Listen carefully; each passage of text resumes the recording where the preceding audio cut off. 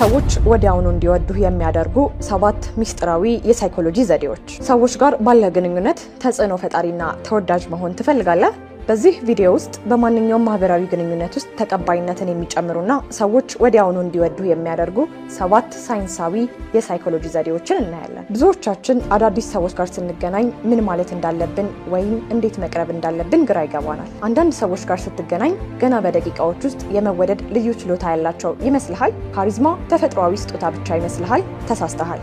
ሰዎች እንዲወዱ ማድረግ ልክ እንደ ሂሳብ ቀመር የራሱ ሳይንስ አለው። ዛሬ በማንኛውም ቦታ፣ በትምህርት ቤት፣ በስራ ቦታ ወይም በቃለ መጠይቅ ሰዎች ገና በእይታ እንዲወዱህና እንዲያከብሩ የሚያደርጉ 7 የሳይኮሎጂ ዘዴዎችን እነግርሃለሁ። በተለይ የመጨረሻው ዘዴ ቺት ኮድ ነው ቢባል ይሻላል። እስከ መጨረሻው አብረኸኝ ቆይ። አንደኛ፣ ማንጸባረቅ ወይም the mirroring effect። ሰዎች እንደነሱ የሆኑ ሰዎችን ይወዳሉ። ይህ ሚሮሪንግ ይባላል። አንድ ሰው ሲያወራ እሱ የሚጠቀምባቸውን የተወሰኑ ቃላት፣ የሰውነት እንቅስቃሴ ወይም የንግግር ፍጥነት በረቂቅ ሁኔታ መምሰል። እንዴት?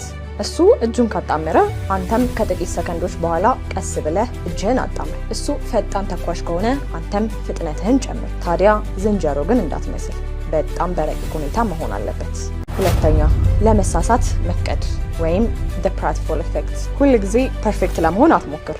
ሳይኮሎጂ ምን ይላል መሰላችሁ? በጣም ጎበዝ ሆኖ ሳለ አልፎ አልፎ ስህተት የሚሰራ ሰው ስህተት ከማይሰራ ሰው ይልቅ በሰዎች ዘንድ ይወደዳል። ለምሳሌ ከዚህ በፊት የተሳሳትከውን ስህተት ለሰዎች በፈገግታ መናገር። ይህ ሰው መሆንህን ያሳያል። ሰዎች ደግሞ የሚመርጡት ይህንኑ ነው።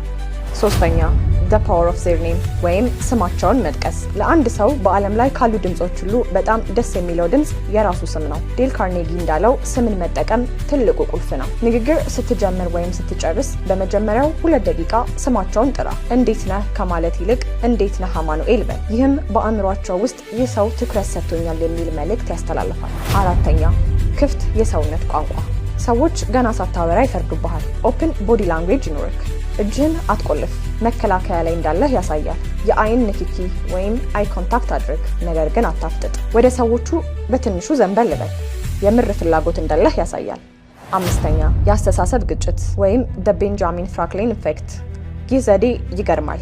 አንድ ሰው እንዲወድህ ከፈለክ በነገሮች እንዲረዳህ ጠይቀው። ምክንያቱም አንድ ሰው ሲረዳህ አእምሮ ይህንን ሰው ካልወደድኩት ለምን እረዳዋለሁ ብሎ ራሱን ያሳምናል። ለምሳሌ ይቺን ነገር እስኪ ንገረኝ ወይም ይህንን ዕቃ እስኪ አቀብለኝ የመሰሉ ጥያቄዎችን መጠየቅ። ስድስተኛ፣ ማድነቅ ወይም ጄኒዩን ኮምፕሊመንት። ሰዎች ስለ ራሳቸው ማውራት ይወዳሉ።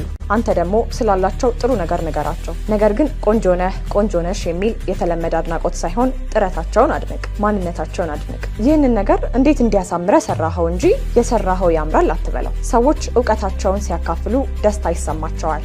ሰባተኛ፣ አጠቃላይ ግምት ወይም the halo effect። ይህ የመጨረሻውና ዋናው ነው። በራስ መተማመን። በአንድ ነገር ላይ ጎበዝ ወይም በራስ የምትተማመን ከሆንክ ሰዎች በሌላውም ነገር ጎበዝ እንደሆንክ አድርገው ያስባሉ። ልብስህን አጽዳ፣ ቆም ብለህ ተራመድ፣ በራስህ ተመካ። እነዚህ ዘዴዎች ሰዎች አንተን እንዲወዱ መንገድ ይከፍታሉ እንጂ ያንተን ማንነት አይቀይሩም። ዋናው ነገር ሰው መሆንህ ነው። ከነዚህ 7 ዘዴዎች ውስጥ ነገ የትኛውን ትሞክረዋለህ? በኮሜንት ንገረኝ።